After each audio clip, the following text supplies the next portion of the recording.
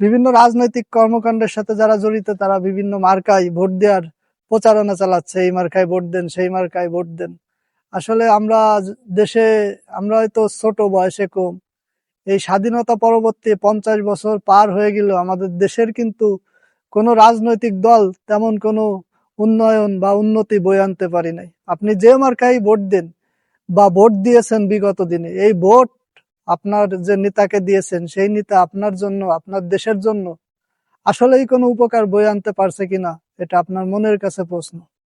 যে নেতা আপনার এই বাংলাদেশের মতো জায়গায়, যে দেশে 1500 টাকা 1000 টাকা দিলে একটা ভোট একজন দিয়ে দেয়, একটা চালির স্লিপ দিলে একটা ভোট আপনি একজনকে দিয়ে দেয়, একটা সুবিধা দিলে, একটা মদ গাঁজার ব্যবসা করার ফয়সালা করে দিলে তার একটা ভোট দিয়ে দেয়, যে ভোটারের মন মানসিকতা এই, আর যে নেতা ভোট নিচ্ছে এই সুযোগ সুবিধা দিয়ে, তাহলে তার মন মানসিকতা কেমন? যে ভোট দিচ্ছে এবং যে ভোট নিচ্ছে, এ কি আসলেই সমাজের কোনো উপকার বয়ে আনতে পারবে? তাই আমাদের দেশে ভাই, আপনি যে দল রে যারাই ভোট দেন, আপনি যদি ভালো না হন, আপনার সমাজ যদি, আপনার মানুষ, আপনার পরিবার, আপনার ভাই, আপনি যদি সৎ না হন, আপনার নেতা এই দেশে কোনোদিনও কোনো উন্নয়ন করতে পারবেন। আপনার নেতা যদি সৎ না হয়, নিজেই আগে সৎ হতে হবে, পরিবার সৎ করতে হবে, এরপর দেশের চিন্তা করতে হবে।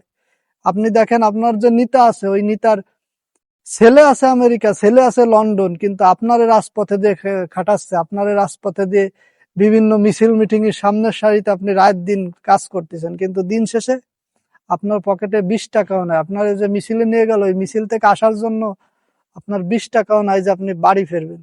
ওই নেতার ছেলে ঠিকই নেতা হয়ে যাচ্ছে, বা নেতার ছেলে বিভিন্ন দেশে পড়ালেখা করে অনেক বড় হয়ে যাচ্ছে, কিন্তু আপনার ভবিষ্যৎ কি? বা এই দেশের, আমাদের বাংলাদেশের এই নোংরা রাজনীতি থেকে আমাদের বেরিয়ে এসে সর্বপ্রথম আমাদের দেশ কোনো নেতা করতে পারবে না।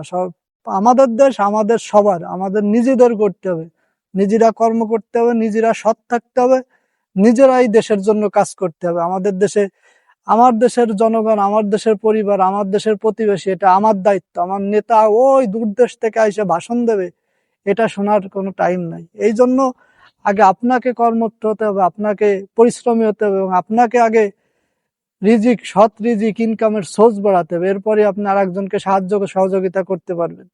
তাহলে আপনার দেশ উন্নত হবে, আপনার দেশের অর্থনীতি উন্নত হবে, এবং আপনার দেশের যে রাজনৈতিক সংস্কৃতি, এটাও পুরোপুরি পাল্টে যাবে। তাই আপনারা দেশের পাতি নেতার পিছনে, দেশের এই ভণ্ড নেতার পিছনে না ছুটে, আমার একান্ত মতামত, আপনারা আপনাদের নিজ ভবিষ্যৎ গড়ার জন্য, আপনাদের নিজের জীবনকে কিভাবে আরো সুন্দর করা যায় সেই দিকে মনোযোগ দেন। ইনশাআল্লাহ একদিন আমাদের দেশে অনেক বাইরের যে উন্নত দেশ আছে, এই দেশের মতো উন্নত এবং সমৃদ্ধ হবে।